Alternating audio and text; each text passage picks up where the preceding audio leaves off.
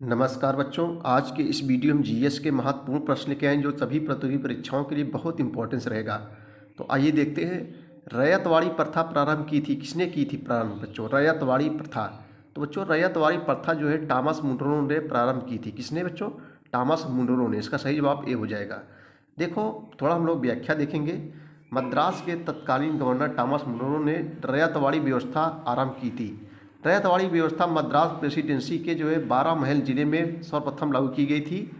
Thomas Munro 1819 से 1826 ईस्वी के बीच मद्रास का गवर्नर रहा और रैयतवाड़ी व्यवस्था के प्रारंभिक प्रयोग के बाद मुनरो ने इसे 1820 ईस्वी में संपूर्ण मद्रास में लागू कर दिया।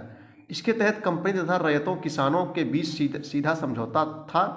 इस व्यवस्था के अंतर्गत किसानों को भूमि का मालिकाना, रैयतों में होता किसानों, भूमि का मालिकाना हक प्रदान किया गया। किसको बच्चों? किसानों को। अगला क्वेश्चन है कि भौतिक मानचित्र में किन्हें शामिल किया जाता है? पर्वत, पठार, मैदान, महासागर, देश या राज्य की सीमाएं। तो बच्चों क्या होगा? सही जवाब बताइए आप लोग। तो इसका सही जवाब हो जाएगा जो है सी हो जाएगा। 1 2 3 4 यही जो है भौतिक मानचित्र के अंतर्गत पर्वत भी आते हैं, पठार भी आते हैं, मैदान भी आते हैं, महासागर, ये चारों जो है आते हैं। अगला क्वेश्चन है देखो सी सही है। 1 2 3 4 राष्ट्रपति और उपराष्ट्रपति के अनुपस्थिति में कौन कार्यभार ग्रहण करेगा? यदि राष्ट्रपति भी न रहे और उपराष्ट्रपति भी न रहे तो जो है कार्यभार कौन संभालेगा? तो जो है सर्वोच्च न्यायालय का मुख्य न्यायाधीश। इसका सही जवाब बच्चों ए हो जाएगा, सर्वोच्च न्यायालय का मुख्य न्यायाधीश। देखो व्याख्या देखेंगे। राष्ट्रपति की अनुपस्थिति में उपराष्ट्रपति तथा दोनों की अनुपस्थिति में सर्वोच्च न्यायालय का मुख्य न्यायाधीश कार्यभार ग्रहण करेगा। यदि सर्वोच्च न्यायालय का मुख्य न्यायाधीश भी उपलब्ध न हो तो सर्वोच्च न्यायालय के जो वरिष्ठतम न्यायाधीश होगा बच्चों उस समय उपलब्ध होगा, वही जो है राष्ट्रपति का जो है कार्यभार संभालेगा। अगला क्वेश्चन है कि वस्तुओं को खरीदने व बेचने की प्रक्रिया को क्या कहते हैं? वस्तुओं को खरीदने व बेचने की प्रक्रिया को बच्चों यहाँ जो है व्यापार कहेंगे। सही जवाब जो है ए हो जाएगा। अगला क्वेश्चन देखेंगे हम लोग। वस्तुओं को खरीदने व बेचने की प्रक्रिया को व्यापार कहा जाता है। अगला क्वेश्चन देखेंगे। टोडरमल ने किस क्षेत्र में ख्यात अर्जित की थी? तो बच्चों यहाँ सही जवाब हो जाएगा टोडरमल ने जो है भू राजस्व के क्षेत्र में ख्यात अर्जित की थी। सही जवाब इसका बी हो जाएगा। देखो व्याख्या देख लेंगे। टोडरमल ने भू राजस्व के क्षेत्र में ख्यात अर्जित की थी। अकबर के शासनकाल में जो है 15वें वर्ष लगभग 1570 से 1571 में टोडरमल ने भू राजस्व की नवीन प्रणाली जिसका नाम जब्ती था को प्रारंभ किया। इस प्रणाली में भूमि की पैमाइश एवं खेती की मूल वास्तविक पैदावार को आंकड़े के आधार पर की दरों को निर्धारित किया जाता था। बिंद एवं सतपुड़ा पर्वत श्रेणी के बीच कौन सी जो है नदी बहती है बच्चों? तो नर्मदा नदी बहती है। बिंद और सतपुड़ा पर्वत के बीच कौन सी नदी बहती है? नर्मदा नदी। नर्मदा नदी का उद्गम बच्चों अमरकंटक से है। नर्मदा के उत्तर में बिंद पर्वत श्रेणी तथा दक्षिण में सतपुड़ा पर्वत श्रेणी है। अर्थात नर्मदा नदी बिंद और सतपुड़ा पर्वत श्रेणी के बीच बहती है। नर्मदा नदी का उद्गम मध्य प्रदेश के अनूपपुर जिले में विंध्याचल और सतपुड़ा पर्वत श्रेणी के पूर्वी संधिस्थल पर स्थित अमरकंटक से निकलती है। भारतीय वन्य जीव अधिनियम 1972 के अंतर्गत शामिल है। क्या शामिल है बच्चों? तो आइए देखते हैं इसका। वन्य जीवों के आवास का कानूनी संरक्षण, ये भी सही है। संकटग्रस्त वन्य जीवों के शिकार पर प्रतिबंध, ये भी सही है। वन्य जीवों के अंगों के व्यापार पर रोक, ये भी सही है। तो यहाँ जो है सही जवाब जो है डी हो जाएगा। 1 2 3 हो जाएगा। अगला देखेंगे। देखो जो वन्य जीव सुरक्षा के लिए भारतीय वन्य जीव संरक्षण अधिनियम, इनके सुरक्षा लिए बच्चों 1972 में लागू किया गया था। वन्य जीव संरक्षण अधिनियम लागू किया था जिसमें वन्य जीवों के आवास रक्षण के अनेक प्रावधान थे। आगे देखेंगे हम लोग। नेक्स्ट क्वेश्चन है बच्चों जो है अगला क्वेश्चन है। देखो निम्न श्रेणियों में किसके विधेयक केवल लोकसभा में ही प्रारंभ किए जा सकते हैं? निम्न श्रेणियों में किसके विधेयक केवल लोकसभा में ही प्रारंभ किए जा सकते हैं? तो यहाँ सही जवाब सी हो जाएगा, वित्त विधेयक। देखो व्याख्या देखेंगे। वित्त विधेयक केवल लोकसभा में ही प्रारंभ किया जा सकता है बच्चों। वित्त विधेयक राष्ट्रपति के पूर्व अनुमति के बिना सदन में पेश नहीं किया जा सकता।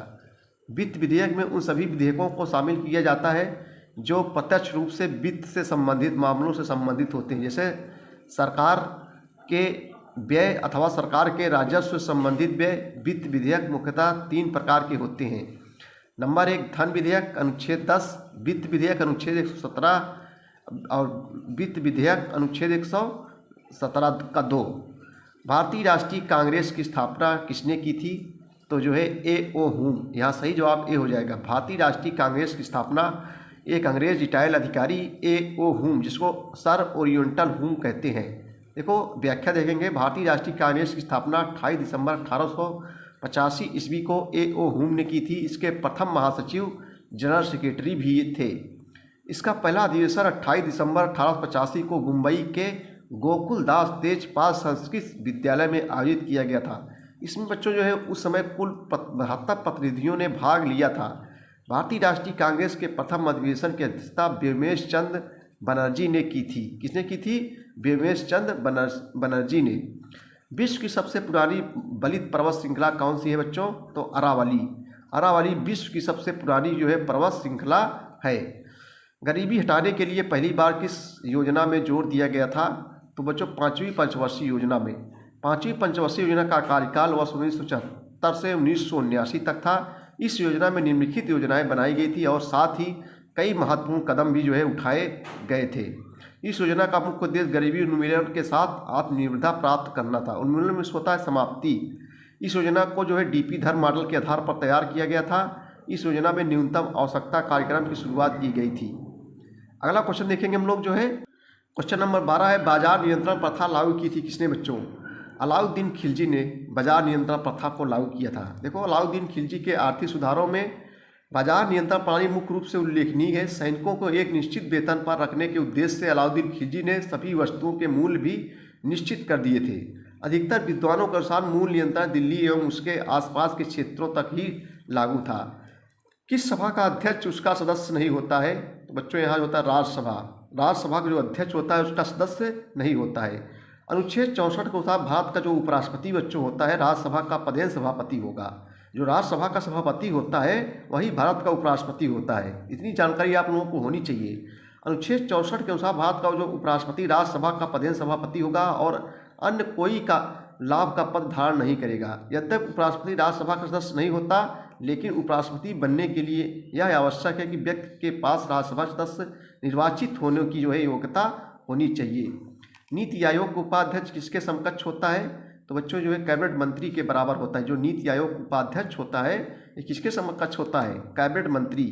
देखो नीति आयोग का उपाध्यक्ष भारत में कैबिनेट मंत्री के समान होता है, जबकि नीति आयोग का अध्यक्ष भारत का प्रधानमंत्री होता है। उपराष्ट्रपति राज्यसभा का सभापति होता है। मंत्रिपरिषद में 5 स्तर के सदस्य होते हैं, जिनमें से केवल प्रथम स्तर के सदस्यों को सामूहिक रूप से जो है मंत्रिमंडल या कैबिनेट कहा जाता है। आगे देखेंगे हम लोग क्वेश्चन। वित्तीय सुधारों पर नरसिंहम समिति 1991 ने स्थापित करने का सुझाव दिया था। तो यहाँ सही जवाब हो जाएगा बैंकिंग संरचना को का 4 स्तरीय अधिक्रम सुधारने के लिए जो है नरसिंहम समिति ने 1991 में स्थापित करने का सुझाव दिया। आगे देखेंगे निम्नलिखित में से कौन सा खगोलीय पिंड है? सूर्य, चंद्रमा, पृथ्वी, उल्का पिंड। तो बच्चों यहाँ जो है सही जवाब ये सभी हो जाएगा, डी हो जाएगा ऑप्शन। देखो ये कह रहा है कि निम्न से कौन खगोलीय पिंड है? सूर्य भी है, चंद्रमा भी है, पृथ्वी भी है, उल्का पिंड भी है। सूर्य, चंद्रमा, उल्का पिंड ये सभी वस्तुएं जो रात के समय आसमान में चमकती हैं खगोलीय पिंड जो है कहलाती हैं। अर्थात खगोलीय ऐसी वस्तु को कहा जाता है जो ब्रह्मांड में प्राकृतिक रूप से पाई जाती है, यानी जिसकी रचना मनुष्य ने नहीं की होती है। इसमें तारे, ग्रह, प्राकृतिक उपग्रह, गैलेक्सी, उल्कापिंड, ब्लैक होल, पल्सर आदि शामिल है। नीचे दिए गए सूची से सुमिलित कीजिए। सूची कर्क रेखा, मकर रेखा, उत्तरी ध्रुव, दक्षिणी ध्रुव, ये मिलाना है बच्चों। देखो आपको जो है मिलाना है इसको। तो हम लोग देखो मिलाएंगे। कर्क रेखा 23.5 डिग्री उत्तरी अक्षांश को क्या कहते हैं? कर्क रेखा कहते हैं। मकर रेखा 23.5 दक्षिणी अक्षांश को मकर रेखा। उत्तरी ध्रुव यानी जो है 66.1/2 को उत्तरी ध्रुव और दक्षिणी ध्रुव 66.1/2 को जो है उत्तरी ध्रुव कहते हैं। मौलिक अधिकारों का संरक्षक कौन है? तो बच्चों मौलिक अधिकारों जो संरक्षक है सर्वोच्च न्यायालय मौलिक अधिकारों का संरक्षक है। मौलिक अधिकारों का संरक्षक सर्वोच्च न्यायालय है। अनुच्छेद 13 के अनुसार संविधान मूल अधिकारों को कार्यपालिका एवं विधानमंडल दोनों की कार्रवाई के विरुद्ध प्रत्याभूत करता है। देखो बच्चों अनुच्छेद 32 एवं अनुच्छेद 226 के अनुसार उच्चतम एवं उच्च न्यायालय को रिट्स निकालने की शक्ति भी प्रदान की गई। यानी हम लोग मौलिक अधिकारों का हनन होता है तो अनुच्छेद 32 के तहत सर्वोच्च न्यायालय और अनुच्छेद 226 के तहत उच्च न्यायालय की शरण ले सकते हैं। राष्ट्रपति द्वारा राज्यसभा में कितने सदस्य मनोनीत होते हैं? तो राष्ट्रपति द्वारा राज्यसभा में जो है 12 सदस्य मनोनीत किए जाते हैं, जो कला, समाज सेवा, साहित्य में बच्चों निपुण होते हैं। मनोनीत मीन्स होता है मनपसंद। इनका जो है 12 सदस्यों को का चुनाव नहीं होता है, राष्ट्रपति मनोनीत यानी मनपसंद जो है नियुक्त कर लेता है बच्चों, इनका चुनाव नहीं होता है। और राज्यसभा द्वारा 12 सदस्यों को मनोनीत किया जाता है। किसके द्वारा? राष्ट्रपति द्वारा 12 सदस्यों को। कहाँ जो है? राज्यसभा में। देखो, राज्यसभा संसद की ऊपरी सदन है, इसका सभापति उपराष्ट्रपति होता है। राज्यसभा सदस्यों की संख्या अधिकतम 250 हो सकती है। इसमें राष्ट्रपति द्वारा 12 सदस्य तथा 238 राज्यों एवं संघ राज क्षेत्रों द्वारा चुने सदस्य होते हैं। राज्यसभा में मनोनीत सदस्य कला, विज्ञान, समाज सेवा आदि में महत्वपूर्ण स्थान रखने वाले होते हैं। पल्स पोलियो कार्यक्रम का उद्देश्य क्या है बच्चों? तो सही जवाब हो जाएगा पोलियो का संपूर्ण उन्मूलन करना, यानी पोलियो को संपूर्ण रूप से समाप्त करना। यही सही जवाब हो जाएगा, सी हो जाएगा, पल्स पोलियो। पल्स पोलियो कार्यक्रम की शुरुआत वर्ष 1988 में जो है की गई थी। इस कार्यक्रम का उद्देश्य पोलियो का संपूर्ण उन्मूलन है, संपूर्ण समाप्त करना। 24 फरवरी 2012 को भारत को पोलियो मुक्त जो है घोषित कर दिया गया था। निम्नलिखित में से कौन सा सही नहीं है? 4 ऑप्शन आपको दिया गया बच्चों, बताना है इसमें से जो है कौन सा सही नहीं है। तो यहाँ जो है डी हो जाएगा, चौथी पंचवर्षीय योजना 1966, ये नहीं जो है सही है। चौथी पंचवर्षीय योजना का जो कार्यकाल था बच्चों, ये जो है 1969 से 74, 1969 से लेकर जो है 1974 तक का इसका कार्यकाल था। अगला क्वेश्चन है, निम्नलिखित में से कौन सा सिंधु घाटी की सभ्यता पर प्रकाश डालता है? शिलालेख, पुरातत्व संबंधी खुदाई और जो है पुरातत्व संबंधी खुदाई, बर्तनों की मोहरों पर लिखावट, धार्मिक ग्रंथ। यहाँ सही जवाब हो जाएगा पुरातत्व संबंधी खुदाई। निम्नलिखित कौन सा सिंधु घाटी सभ्यता में प्रकाश डालता है? पुरातत्व संबंधी खुदाई। सिंधु सभ्यता का उद्घाटन व उसके बारे में विस्तृत जानकारी विभिन्न पुरातात्विक खुदाइयों के पश्चात ही बच्चों हुआ था।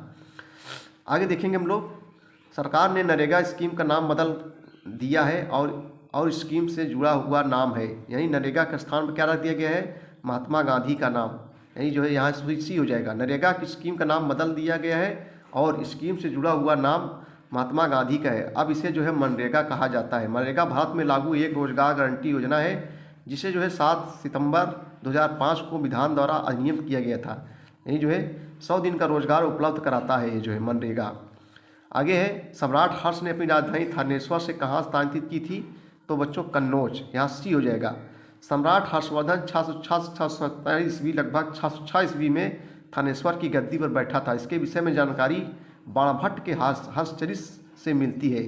हर्षवर्धन अपनी राजधानी थानेश्वर से कन्नौज ले आया था। समृद्धि एवं ऐश्वर्य कारण इसे जो है महोदय नगर भी कहा जाता है। ब्रिटिश पार्लियामेंट में चुना जाने वाला प्रथम भारतीय कौन था? तो बच्चों यहाँ सी हो जाएगा दादा भाई नौरोजी। ब्रिटिश पार्लियामेंट में चुना जाने वाला प्रथम भारतीय दादा भाई नौरोजी थे। अगला क्वेश्चन है, मुगल चित्रकला के विषय में कौन सा कथन सत्य है? तो यहाँ सही जवाब होगा युद्ध दृश्य, पशु पक्षी और प्राकृतिक दृश्य, दरबारी चित्रण, उपयुक्त सभी। यहाँ डी हो जाएगा, उपयुक्त सभी हो जाएगा। आगे देखेंगे हम लोग क्वेश्चन, जनसंख्या की अत्यंत तीव्र गति से एकाएक वृद्धि से क्या तात्पर्य है? तो जनसंख्या विस्फोट। जनसंख्या की अत्यंत तीव्र गति से एकाएक वृद्धि से तात्पर्य जनसंख्या विस्फोट। जनसंख्या विस्फोट सबसे तात्पर्य जनसंख्या की अत्यंत तीव्र गति से एकाएक वृद्धि से है। प्रत्येक देश में जब विकास होगा तो जन्म दर की तुलना में मृत्यु दर अधिक तीव्र गति से घटेगा और उसका जो है परिणाम यह होगा कि जनसंख्या में वृद्धि होगी। साल और सागौन के वृक्ष निम्नलिखित में से किस प्राकृतिक वनस्पति पट्टी में पाए जाते हैं? बच्चों उष्णकटिबंधीय वन में पाए जाते हैं साल अथवा सागौन के जो है वृक्ष। भारत के लिए समुद्री मार्ग खोज का श्रेय किसे दिया जाता है?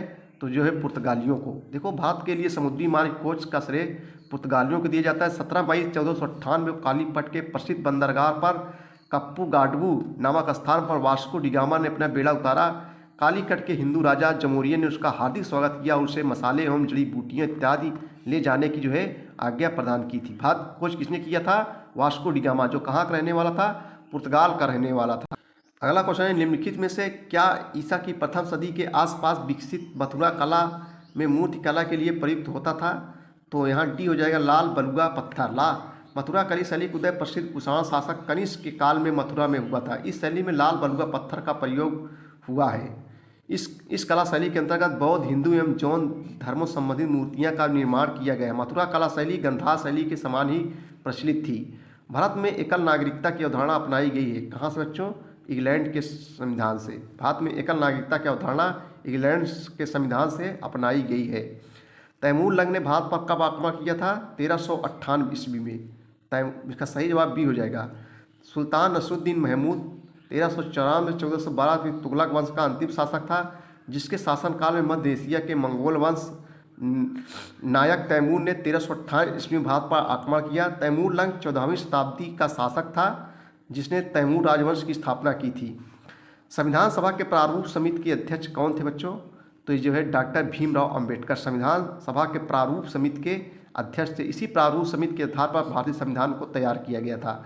29 अगस्त 1947 को संविधान सभा ने नवीन संविधान का प्रारूप तैयार करने के लिए एक समिति गठित की गई, जिसके अध्यक्ष डॉक्टर भीमराव अंबेडकर थे, जो भारतीय संविधान के बच्चों जनक थे। प्रारूप समिति ने 21 फरवरी 1947 को संविधान सभा को अपनी रिपोर्ट पेश की। प्रारूप समिति में 7 सदस्य थे। डॉक्टर भीमराव अंबेडकर अध्यक्ष, number 2 NG Ayyangar, Alladi Krishna Swami Ayyar, KM Munshi, NM Madhavrao, SM Saadulla एवं DP केतान। भगवान श्री कृष्ण के अनेक नाम होते हैं बच्चों। भगवान श्री कृष्ण का नाम जान जाओगे, उन्हीं के नाम से 7 सदस्यों का नाम याद हो जाएगा। देखो, भगवान श्री कृष्ण को कृष्ण भी कहते थे और उसके बाद में माधव भी कहते थे, और एक मुस्लिम भाई को मित्र बना लो, सब याद हो जाएगा, 7 सदस्यों का नाम याद हो जाएगा। संविधान के उद्घाटन के लिए 26 जनवरी को चुना गया था, क्योंकि इसका सही जवाब क्या हो जाएगा बच्चों? संविधान के उद्घाटन के लिए 26 जनवरी को चुना गया था, क्योंकि कांग्रेस ने इसे जो है 1930 में स्वाधीनता दिवस के रूप में बनाया था। यहाँ इसका सही जवाब जो है सी हो। नेक्स्ट क्वेश्चन है, भारत में राष्ट्रीय मानवाधिकार आयोग की स्थापना जो है किस वर्ष की गई थी? अगला क्वेश्चन है बच्चों, राष्ट्रीय उत्पादन और विकास की ऊंची दर प्राप्त करने के लिए अर्थव्यवस्था में क्या सुधार करना होगा? तो यहाँ सही जवाब डी हो जाएगा, निवेश की दर बढ़ाना और पूंजी उत्पादन अनुपात को कम करना। ऐसा व्यय जो तत्कालिक उपभोग व्यय या ऐसे व्ययों से संबंधित नहीं है जो उत्पादन के दौरान समाप्त हो जाए, बल्कि जो उत्पादन क्षमता में वृद्धि लाए, उसे विनियोग कहते हैं। अगला क्वेश्चन है, आयकर से प्राप्त राशि किसको जाती है? आयकर से जो प्राप्त राशि होती है किसको जाती है? तो केंद्र सरकार। यहाँ सही जवाब बच्चों हो जाएगा केंद्र सरकार। देखो, आयकर से प्राप्त राशि केंद्र सरकार को जाती है। केंद्र सरकार के कर राजस्व का प्रमुख स्रोत निगम कर है। निगम में होता है कंपनी। अन्य प्रमुख स्रोत उत्पाद शुल्क, सेवा कर, सीमा शुल्क इत्यादि होता है। राष्ट्रीय आय से बच्चों क्या तात्पर्य है? आइए देखते हैं, 4 ऑप्शन आपके सामने दिए गए हैं। राष्ट्रीय आय से जो है क्या तात्पर्य होता है? तो यहाँ इसका सही जवाब हो जाएगा सी हो जाएगा, किसी देश में एक वर्ष की अवधि में उत्पादित पूंजीगत पदार्थों का आर्थिक मूल्य। यहाँ सही जवाब जो है सी हो जाएगा। अगला क्वेश्चन है, कौन सी नदी कश्मीर घाटी से बहती है? तो यहाँ सही जवाब होगा ए हो जाएगा झेलम नदी। अगला क्वेश्चन देखेंगे हम लोग, भारत में राष्ट्रीय मानवाधिकार आयोग की स्थापना किस वर्ष की गई थी? तो बच्चों इंपॉर्टेंस है 1993 ईस्वी में। भारतीय राष्ट्रीय मानवाधिकार आयोग की स्थापना 1993 ईस्वी में की गई थी। भारत का राष्ट्रीय मानवाधिकार आयोग एक स्वायत्त विधिक संस्था है। इसकी स्थापना मानवाधिकार संरक्षण अधिनियम 1993 के अंतर्गत 12 अक्टूबर 1993 को की गई थी। निम्न में से किस अनुसूची में शामिल बैंक को अनुसूचित बैंक कहा जाता है? 4 ऑप्शन आपके सामने दिए हैं, बताना बच्चों। सही जवाब हो जाएगा बैंकिंग नियमन अधिनियम की दूसरी अनुसूची के अंतर्गत। आगे देखेंगे हम लोग जो है अगला क्वेश्चन है कि संघ राज की प्रमुख विशेषता क्या है? तो यहाँ सही जवाब विकेंद्रीकरण। संघ राज की प्रमुख विशेषता विकेंद्रीकरण है। विकेंद्रीकरण संघीय राज्य की एक प्रमुख विशेषता है। एक संघीय राज्य में प्रभुसत्ता और शासन करने का अधिकार संविधान द्वारा केंद्रीय अधिकारी वर्ग और निर्वाचक राजनीतिक इकाइयों जैसे राज्य या प्रांत के बीच विभक्त किया गया है। जनमत क्या है बच्चों? बहुमत की राय, राजनीतिक मानव दल की राय। यहाँ सही जवाब बहुमत की राय। जनमत क्या है? बहुमत की राय। जनमत बहुमत की राय है। किसी समाज में बहुसंख्यक लोगों के विश्वास को जानने के लिए जनमत एक प्रचलित और व्यापक अवधारणा है, या किसी खास विषय या मुद्दे के बारे में समुदाय के व्यक्तिगत विचारों, मनोवृत्तियों और विश्वासों को जानने का एक सार्थक और संतुलित प्रयास है। लोकतांत्रिक समाजवाद का लक्ष्य क्या है बच्चों? तो लोकतांत्रिक तरीकों से समाजवाद लाना। लोकतांत्रिक समाजवाद का लक्ष्य लोकतांत्रिक तरीकों से समाजवाद लाना है। लोकतांत्रिक समाजवाद एक राजनीतिक विचारधारा है जो प्रजातांत्रिक राजनीतिक प्रणाली के साथ साथ एक समाजवादी आर्थिक तंत्र का समर्थन करता है। यह प्रजातांत्रिक विधि और राजनीतिक तंत्र केंद्रीय भूमिका पर जोर देता है। यह प्रायः अप्रजातांत्रिक राजनीतिक आंदोलनों को जो समाजवाद का समर्थन करता है से विषमता प्रकट करता है। कोई राज्य उन अधिकारों द्वारा जाना जाता है जिन्हें यह बनाए रखता है, या किसका कथन है? कोई राज्य उन अधिकारों द्वारा जाना जाता है जिन्हें यह बनाए रखता है, या किसका कथन है? तो लास्की का कथन है। कोई राज्य उन पर अधिकारों द्वारा जाना जाता है जिन्हें बनाए रखता है, यह लास्की का जो है बच्चों कथन है। किसका कथन है? लास्की का कथन है। अगला क्वेश्चन है सुंड्रा ट्रेंच कहाँ है? तो सुंड्रा ट्रेंच ये जो है हिंद महासागर में स्थित है। सुंड्रा ट्रेंच जिसे हम पहले जावा ट्रेंच के रूप में जाना जाता है या उत्तरी पूर्वी हिंद महासागर में स्थित है। इसकी गहराई लगभग 7725 मीटर है। विश्व का सबसे बड़ा डेल्टा कौन सा है बच्चों? और बताएंगे हम लोग गंगा डेल्टा। विश्व का सबसे लंबा डेल्टा गंगा डेल्टा है। इसे जो है गंगा ब्रह्मपुत्र डेल्टा, सुंदरवन डेल्टा तथा बंगाल डेल्टा के रूप में भी जाना जाता है। इसका विस्तार भारत एवं बांग्लादेश के क्षेत्रों तक है। यह बहुत सी प्रसिद्ध वनस्पतियों और बंगाल टाइगर का निवास स्थान है। डेल्टा उस भूभाग को कहा जाता है जो नदियों द्वारा लाई गई गाद से बनता है। यह मुख्यतः नदी के उस मुहाने पर बनता है जहाँ वह किसी समुद्र या झील में गिरता है या त्रिभुजाकार होता है। जो है भारत गुटनपेस्ट की नीति अपनाता है, जिसका तात्पर्य क्या है बच्चों? इसका तात्पर्य है शक्ति गुटों के प्रति तटस्थता। इसका सही जवाब जो है सी हो जाएगा। आगे देखते हैं। भारत एक गणतंत्र है, इसका क्या अर्थ है? भारत एक जो है गणतंत्र है, इसका क्या अर्थ है? 4 ऑप्शन आपके सामने दिए गए, बताना है आपको। भारत एक गणतंत्र है, इसका क्या अर्थ है बच्चों? भारत में वंशानुगत शासक नहीं है, यानी जो है हमारे यहाँ राजा जो है वंशानुगत नहीं है। यहाँ राजा का जो है क्या होता है? चुनाव होता है। अगला क्वेश्चन है 49वां नंबर क्वेश्चन। संयुक्त राष्ट्र सुरक्षा परिषद के अस्थायी सदस्य की कार्य अवधि कितनी होती है? तो यहाँ सही जवाब बच्चों हो जाएगा डी हो जाएगा 2 वर्ष। देखो सुरक्षा परिषद में 15 सदस्य हैं, 5 अस्थायी 10 अल्पकालिक यानी अस्थायी, 5 अस्थायी देश। अस्थायी सदस्य कौन कौन है? चीन, फ्रांस, रूस, यूनाइटेड किंगडम। अब हम लोग लास्ट क्वेश्चन बच्चों देखेंगे। निम्नलिखित में से कौन सी परियोजना स्वतंत्र भारत की पहली बहुउद्देशीय नदी घाटी परियोजना है? तो दामोदर घाटी परियोजना। दामोदर घाटी परियोजना भारत की एक प्रमुख नदी घाटी परियोजना है। 7 जुलाई 1947 को स्वतंत्र भारत की पहली बहुउद्देशीय परियोजना के रूप में दामोदर नदी घाटी परियोजना अस्तित्व में आई। यह परियोजना भारत की अधिकतर परियोजनाओं की तरह अमेरिका की टेनेसी घाटी परियोजना पर आधारित है, जो कि जल राशि का अधिकतम प्रयोग करने के लिए बनाई गई है। इसका नियंत्रण डीवीसी करती है। तो बच्चों ये थे 50 क्वेश्चन जीएस के महत्वपूर्ण, जो व्याख्या सहित हमने हल करवाया।